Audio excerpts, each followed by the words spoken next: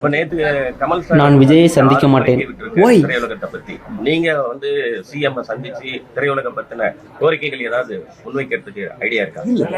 இப்போ சினிமா இண்டஸ்ட்ரியிலேருந்து அது நடிகர் சங்கம் போயாச்சு, ப்ரொடியூசர் கவுன்சில் பார்க்க போகிறாங்க, கமலும் போயாச்சு. மறுபடியும் சும்மா சம்பிரதாயமான போய் பார்க்கறது எனக்கு பிடிக்காது. நீங்க சூப்பர் ஸ்டார் தானே, போய் பார்க்கறதுல என்ன சிம்பிள் மேட்டர். உங்க கண்ணுல தெரியுது ஈகோ, புகையா வருது உங்க தலையில இருந்து.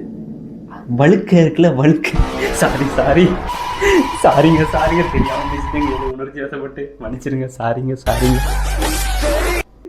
பொறாம ஆனா எந்த பணியும் செய்யாம வாக்காளர் சந்திக்கல, வாகனூர் நினைக்கல, ஏஜென்ட் அமைக்கல. அந்த ஸ்டைல் தான்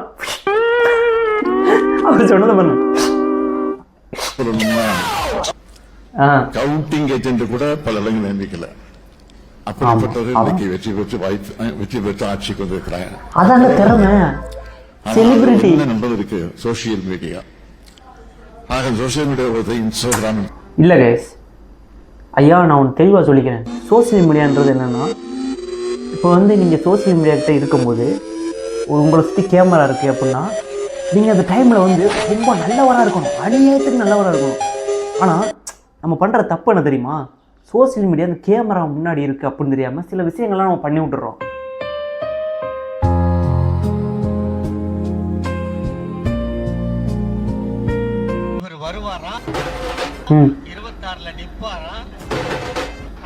இன்னும் ஜெயிச்சு சிஎம்மாவே ஆயிட்டாரியா.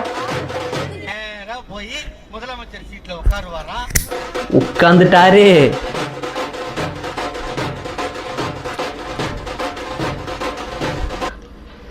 தவளைகள் தன் வாயால் கடும், அது உண்மைதான் போல இருக்கு.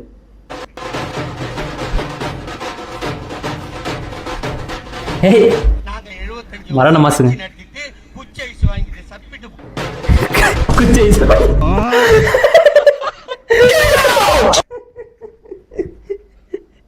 கிளைமேக்ஸில் வச்சா மாதிரி எடிட்டு மரண மாசு. பேசியே எல்லாத்தையும் முடிச்சு விட்டீங்க. தவளை தண்ணி வாயால கெடுற மாதிரி அந்த மாதிரி தான் இருந்துச்சு. வரல, இன்னும் 10 நிமிஷம் தான் டைம். அதுக்கப்புறம் வரல அப்படின்னாக்க கடை உடைக்கப்படும், நிச்சயமாக செய்யப்படும். கடை உடைக்கப்படுமா? ஐயா பெரியவரே, இங்க கடை உடைக்கப்படும் சொல்றீங்க. இது காவல்துறை கண்ணில் பட்டா உங்களை தூக்கி உள்ளே போடப்படும். இப்படிலாம் பேசாதீங்க ஐயா. உடைக்கப்படும். 10,561 உடைக்கப்படும். எந்த பொருள் சேர்ந்தாலும் யாரும் கேட்கக்கூடாது. யார் அவங்கெல்லாம் எங்க இருந்தியா வர்றீங்க? போதை சொல்லுங்க. நான் என்ன சொல்றேன்னாக்க எங்களோட உடம்பு இதுக்காண்டி தான் நாங்க எல்லாத்தையும்டா. சரிங்களா? ஆனா நான் ஒரே 10 நிமிஷம் டைம். அப்படி வரல கடையை உடைச்சாக்க யாரும் போடுங்க. இல்ல இந்த மாதிரி மக்கள் இந்த உலகத்துல இருக்காங்களா? அதான் ஆச்சரியமா இருக்கு. ரொம்ப ஆச்சரியமா இருக்குங்க. இப்பேற்பட்ட மக்கள் இந்த உலகத்துல இருக்காங்களா?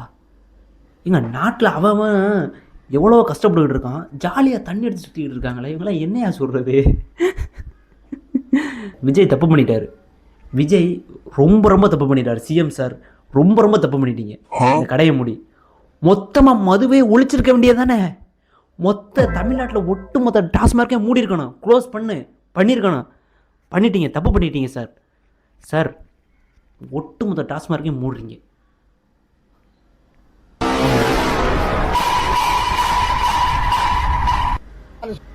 ஆக்ரோஷமான ஒரு ஒரு பேப்பரை கூட படிக்காம உறுதிமொழி ஏற்பு உண்மையானவங்கலாம் பேப்பர் படிக்காம தாங்க பேசுவாங்க. ஷோக்கெல்லாம் பார்த்துருக்கேன். மனசுல இருக்கிறத பேசணும். நேரு ஸ்டேடியத்தில் அந்த ஒவ்வொரு வார்த்தைக்கும் அந்த கைத்தட்டல் பிரமிப்பை கொடுத்தது.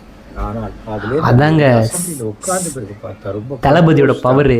ஒரு டிக்னிஃபைடு ஒரு பர்சனாலிட்டியாக மாறினார், பிஹேவ் பண்ணார்னு வச்சுக்கோங்க. அதுக்கு ரொம்ப நல்ல விதமான பேசுறாரு. நம்ம இன்று நல்ல விதமாக பேசியிருக்காரு. எனக்கும் திமுக போட்டி. அது எப்படி இருக்குன்னா, என் பேரன் சொல்லுவான், தாத்தா நீ நான் ஃபைட் வரியா அப்படிங்கிற மாதிரி தான் இருக்கு. அனைவருலேருந்து வெளில வரல.